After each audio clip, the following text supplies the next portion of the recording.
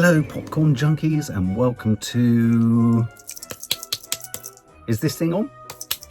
Is this thing on? This is a movie review of Is This Thing On? The new film directed by Bradley Cooper, he who made A Star Is Born. He made the Leonard Bernstein biopic, starred as Leonard Bernstein too. That was a bit of a misfire. Now he's made this, Is This Thing On? Obviously we all know Bradley Cooper, the actor. He's in this film.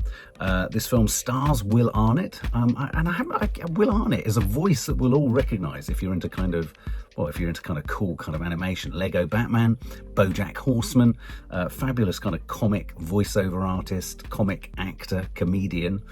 This also stars Laura Dern and it stars Bradley Cooper. The weirdest thing about this film was when I went to see it late at night in central London, not many cinemas had it on, and Andra was like, well, what's it about? And I said, well, bizarrely, it's the story, it's loosely inspired by the story of Liverpudlian comedian John Bishop's life story. John Bishop suddenly decides to try his hand at a bit of stand-up. Cues for a kind of, open mic situation, goes on, does it, enjoys it, and in the background there is the dysfunctionality and falling apart of a marriage. And really this film is both those things. It's a portrait of a man moving into the stressful, worrisome, tricky kind of foothills of stand-up comedy, with all that entails, coupled with really the breakdown of a marriage and then the rehabilitation almost of a marriage too. It's a sort of, you think the marriage is going to be over, you think it's going to end, and then you sort of realise, actually, has this film got something quite philosophical to say about what makes marriages work? And it's not always necessarily about pointing the finger at the other person, or there not being something about that other person, or that person doing something wrong. It can be about what you're doing for yourself. So this follows the story of Alex and Tess. Alex is Will Arnett, aka John Bishop. Tess is his wife, Laura Dern. And so really this is a film about that end point of a marriage where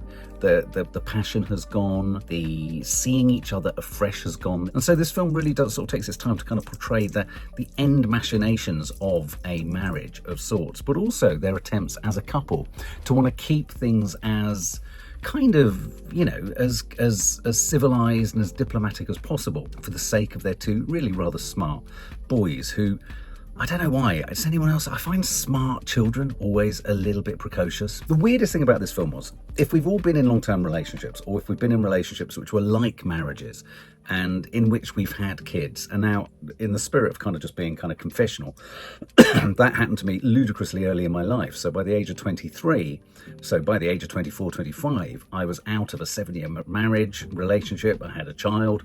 I was living in a bedsit because I was keeping my family in the home, in the marital home, if you like. And so there's a lot of relatability in this film to Will Arnett's portrayal of a man who's coming out of a marriage, out of a long-term relationship.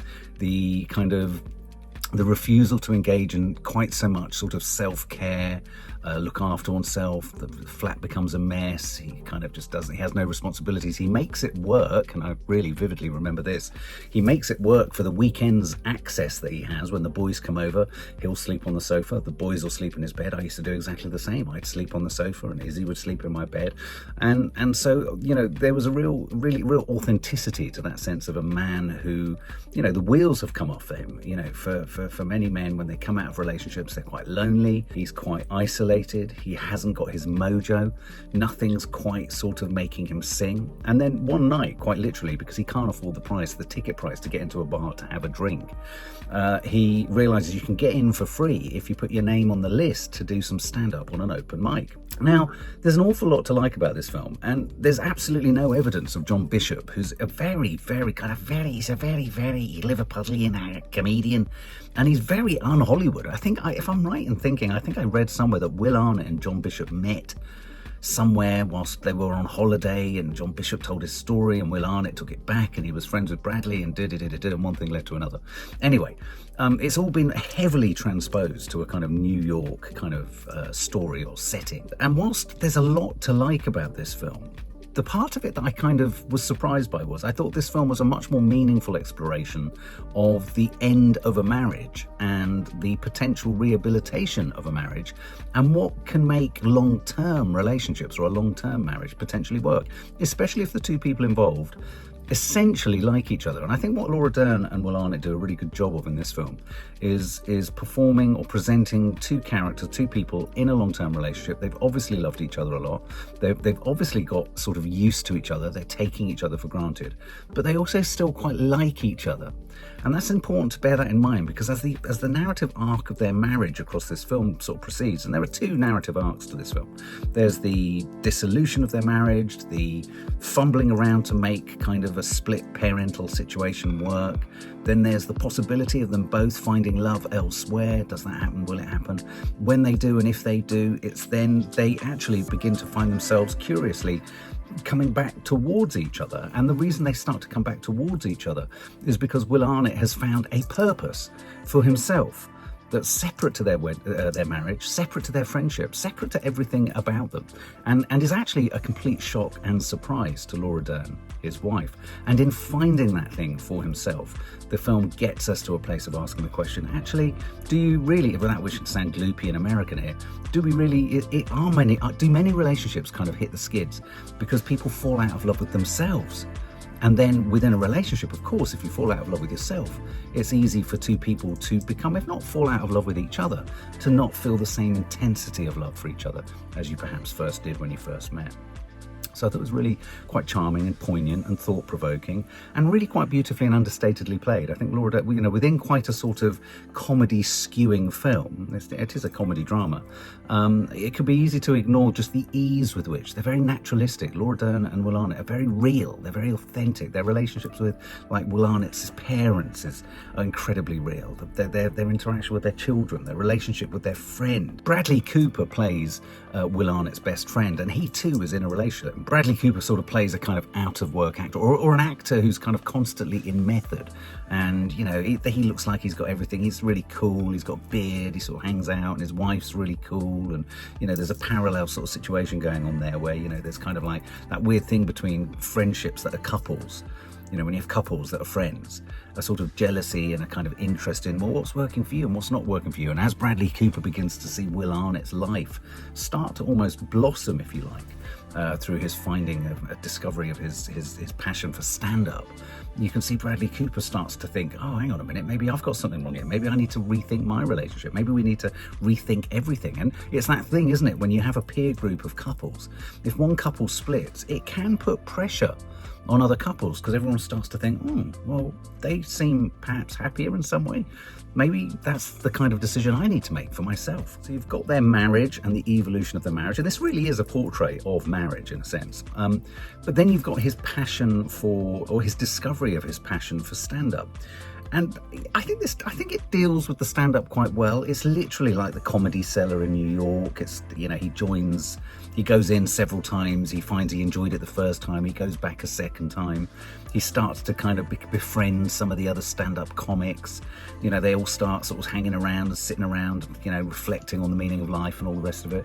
There's a lot of kind of banter, teasing each other. I guess this is what it must be like. I wanted to ask our friend Lee Peart about whether this is how it is on the kind of circuit. You hear about the circuit, the comedy circuit. He gets bigger crowds. And if I had one criticism of the whole kind of stand-up comic routine narrative, it's that he didn't really hit a bad performance, or he never encountered the moment, which I was expecting him to, where nothing lands, or it doesn't go right, or the audience just doesn't really, the comedy doesn't resonate for the audience, or he doesn't really find the punchline. So I never really felt we got him struggling with it, though I suppose that would tug against the idea that it was an untapped skill or natural ability that he had to make people laugh.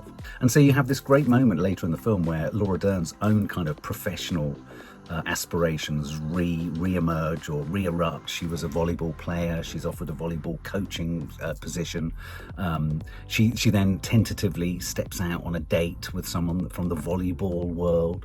Will Arnett has slept with one of the other stand-up comedians. And so they both test even the waters of reaching out towards someone else. But I think rather than Laura Dern sleeping with the guy, she goes on a date with him, or he takes her on a date to a pub where they do stand-up. And of course, guess what? That's how Laura Dern discovers Will Arnett, her ex, her husband, has turned his hand to stand-up comedy. I really enjoyed, most of all, watching Will Arnett and Laura Dern's individual performances as their lives tried to take off separate to each other. I thought that was rather intriguing and interesting. I liked the fact that the film didn't head towards any obvious pinch points. I mean, there are moments of tension and argument and squabble between the two of them, but they're not obvious moments, and you don't feel it's going to shatter the entire sort of shared mission statement of them wanting to look after their kids. So it was a very mature, respectable and respectful relationship. What I really liked about their performances, though, was the moment where they're sort of teenage, young, youthful, re-falling in love with each other and sleeping with each other again. How that took off. And I wasn't expecting this kind of circular comeback to them actually finding love in each other again and seeing something in each other and recognizing that perhaps, you know, he hadn't been there for her in certain ways and she hadn't seen things in him in certain ways.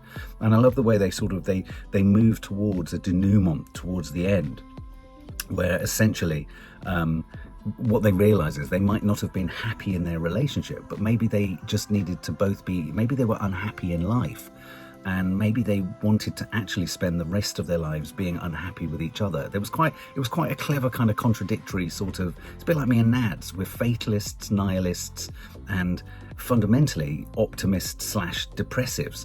But at the same time, we'd rather do that together.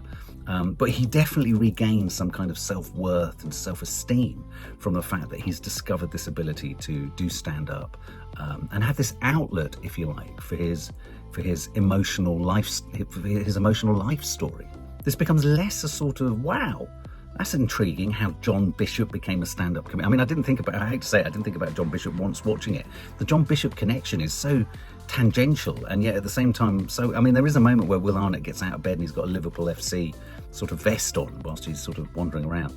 This is a film about, this is a reflection on not just giving up on a relationship or a marriage, not just walking away from something because it starts to go wrong or because it isn't working for you. This is a really interesting portrait about how sometimes it's necessary for partners in relationships, as Will Arnett's dad in this says, brilliantly played by Ciarán Hinds. As his dad says, you know, it's important sometimes for people in a relationship to rub up against each other in different ways. It's important that you don't see eye to eye on everything. And it's okay if you drop the ball, as long as when you're told you've dropped the ball, you try and pick the ball up again and all that kind of stuff. But here's the thing. Despite it being a refreshingly sort of authentic, I thought, piece or portrait on the hidden truths of how you maintain a successful marriage or a marriage that can last a period of time. It was a very uneven film. Where I had major issues with the film was he never struggled in his stand-up. There was we could have easily, and it's quite a conventional sort of pinch point or narrative beat to have put into the film, but a moment where perhaps it didn't just go swimmingly smoothly, or he hasn't just found his wings and starts to fly, but actually he encounters the kind of the hard end, the tough end, the difficult end of stand-up. Could have done with a bit of that. I could have, and also it felt uneven. It felt quite repetitive in that we kept just going back to his next stand-up routine, and there was no sort of light or shade to that. Whereas really the more interesting story in the end, though the most dramatic story is him making this lifestyle choice to do stand-up, which kind of then revitalizes his attitude to himself, his life and everything. It was quite samey, and so it kind of kept just sort of plodding along. And I felt it just needed to build, I felt we could have done with a little bit more jeopardy, a little bit more kind of, oh, what if it doesn't work out? Oh, how much is this stand-up thing going to become something, a lifestyle thing? And then when it becomes, here's a thought, you know, soon as just stand-up becomes something you're good at and that you need to maintain, and then you've got an audience you've got to deliver for, isn't there a whole different kind of stress? I almost kind of wanted to know what happened in the years after this film. I thought it was a neat film also about how your friendship group or your peer group, they can be rattled, they can be affected by choices you make in your relationship. So if you decide to divorce, or if you decide to separate, it can really pull at the kind of, or rupture the foundations of a whole group of friends as they all start to reflect on their own relationships and what they've got right, the sacrifices they've made, have they made too many, all the rest of it. The long and the short of it is everything in this speaks to two kind of gloopy truths. The best things in life you need to work at, if that means marriage, if that means relationship, if that means love, if that means keeping a family together. It's not just a case of walking away when it gets difficult. And the other one is follow your dream, or, you know, perhaps allow yourself the space to fall back in love with yourself through your dreams. And by falling in love with yourself and being, you know, taking some form of self-care for yourself, others around you will start to see you differently again. So if I was to score this film, I would give this film 65 out of 100.